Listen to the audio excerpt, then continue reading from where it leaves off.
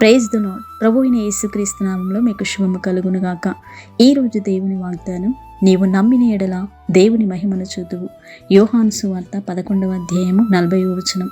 దేవునికి అసాధ్యమైనవి ఏదియూ లేదు. ఈ లోకంలో ఆయనకు సమస్తమును సాధ్యమే. చనిపోయిన లాజరును సైతము 4 దినముల తర్వాత లేపిన గొప్ప దేవుడు ఆయన.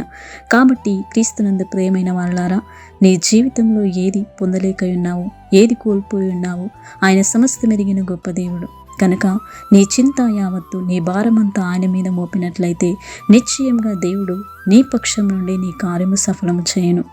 నీవు ఆయన వందు విశ్వాసం ఉంచి నమ్మినట్లయితే ఇప్పుడే నీ జీవితంలో గొప్ప అద్భుతం, ఆశ్చర్యం జరుగును. మనుషులకు అసాధ్యములైనవి దేవునికి సమస్తమును సాధ్యమని ఆయన సెలవిచ్చుచున్నాడు.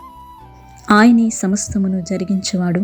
నీ పక్షం నుండి నీ కార్యములు సఫలం చేయ దేవుడు. ప్రార్థన. ప్రేమ నమ్మకం కలిగిన గొప్ప తండ్రి, మహోన్నతమైన దేవ, మహాగణుడా, నీకు స్తోత్రములు, వందనాలు చెల్లిస్తున్నాం. నీ మీద బాణం వేయించిన ప్రతి ఒక్కరిని దయతో మీరు జ్ఞాపకం చేసుకునండి. మీరే వారి ఎడల గొప్ప కార్యములను, ఆశ్చర్యమైన కార్యములను మీరే జరిగించమని ఈ దిన వాగ్దానం చేత ప్రతి ఒక్కరిని తృప్తిపరిచి మీరే కృప చూపి నడిపించమని మహోన్నతుడును మహాగణుడైన యేసుక్రీస్తు బలమైన శక్తిగల నామంలో ప్రార్థించి అడిగి వేడుకుంటున్నాము తండ్రి. ఆమేన్.